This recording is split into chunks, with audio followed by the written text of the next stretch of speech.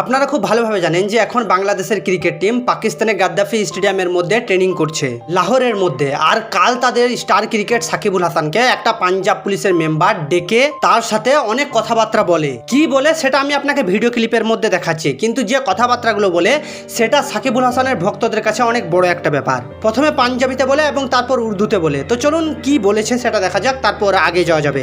Helmet पहन के ऐसे बैठा है वो है क्या? ओ भाईजान एक मिनट आ जाए यार।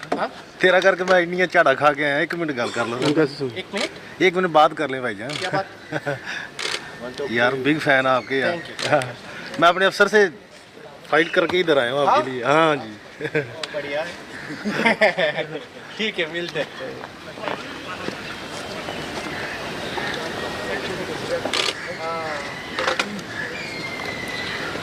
अरे अगर रस्सी आ गई पता चला तो रस्सी आ गई है इसके साथ। আপনি দেখলেন যে সেটা একটা পাকিস্তানের পাঞ্জাবি পুলিশের কনস্টেবল। মেবি সে ওই জায়গায় ডিউটির মধ্যে ছিল, আর সে যখন দেখে যে গ্রাউন্ডের মধ্যে বাংলাদেশের টিম ট্রেনিং করছে তাহলে তার মনে হয় যে যাই, আর সেখানে সে সামনেই সাকিবুল হাসানকে পেয়ে যায়। আর হ্যাঁ, সাকিবুল হাসান ওয়ার্ল্ডের টপ 5 প্লেয়ারদের মধ্যে একটা, সেটাতে কিন্তু কারোর কোনো রকম ডাউট নেই। কেননা আপনি বিশ্বের যে কোনো লিগের মধ্যে এই লেজেন্ড সাকিবুল হাসানের নাম পেয়ে যাবেন।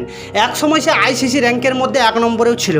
আর আজও যদি আপনি অ্যাজ এ প্লেয়ার হিসাবে দেখেন তাহলে তাকে টপ 5-এর মধ্যে আপনি রাখতেই পারেন। আর আপনি যদি তার রাগের কথা বলেন তাহলে ঠিক সে ততটাই রাগী, আর সে মানুষ হিসাবে কেমন সেটা তো আপনারা খুব ভালোভাবে জানেন। আর যদি না জানেন তাহলে আই বাটনে এই ভিডিওটা দেওয়া আছে, আপনি দেখে নিতে পারেন।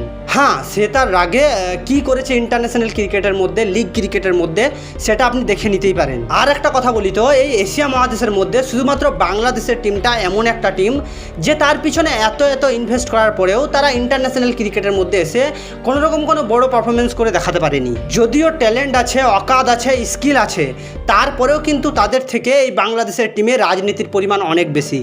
কেননা আপনি দেখুন না যে সাকিবুল হাসান, মুস্তাফিজুর রহমান, তারপর মাহমুদুল্লাহ, এরা সত্যি লেজেন্ড প্লেয়ার, কিন্তু শুধুমাত্র রাজনীতির জন্য এই বাংলাদেশের টিম কোনোরকম কোনো কিছু ছাপ ছেড়ে যেতে পারছে না।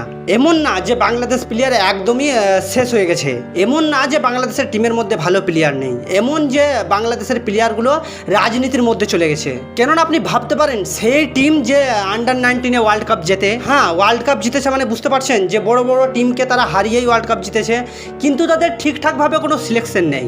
কেননা আপনাকে বলি তো, আপনি যদি বাংলাদেশের টিমটাকে 2012 এবং 2014 সালে পিছিয়ে গিয়ে দেখেন তাহলে তারা ইন্ডিয়ার মতো টিমকেও হারিয়ে দিয়েছে। হ্যাঁ, তারা সেই সময়ে সেরা ছিল, এশিয়া কাপে তারা ফাইনাল খেলেছে। আর তারা ভারতের টিমকে সেই সময় হারিয়েছিল যে সময় ভারতের টিমে গড সচিন টেন্ডুলকার ব্যাটিং করছিল, সেখানেও সে 100 রান করেছে। আর সেই ম্যাচে ভারত 289 রান করেছিল আর বাংলাদেশ সেটা চেজ করে দিয়েছিল। আপনাকে বলি যে এই 289 রান তখনকার দিনে এতটাও কম স্কোর ছিল না। সত্যি তারা সেই সময় অনেক সেরা টিম ছিল। কিন্তু এখন কোশ্চেন আসছে যে বাংলাদেশের টিম কেন কোনো রকম কোনো পারফরমেন্স করতে পারছে না। ঠিক যেমন আফগানিস্তানের মতো টিম ওয়ার্ল্ড কাপের মতো স্টেজে এগিয়ে আসছে, আর বাংলাদেশের টিম পিছিয়ে যাচ্ছে ঠিক পাকিস্তানের টিমের মতো। আপনাকে বলি তো, পাকিস্তানের টিমটাও একসময় ঠিক ছিল, আর এখন পাকিস্তানের টিমটা একদম ঠিক বাংলাদেশকে ফলো করছে, আর গ্রাফটা ঠিক যেন নিচের দিকে চলে যাচ্ছে।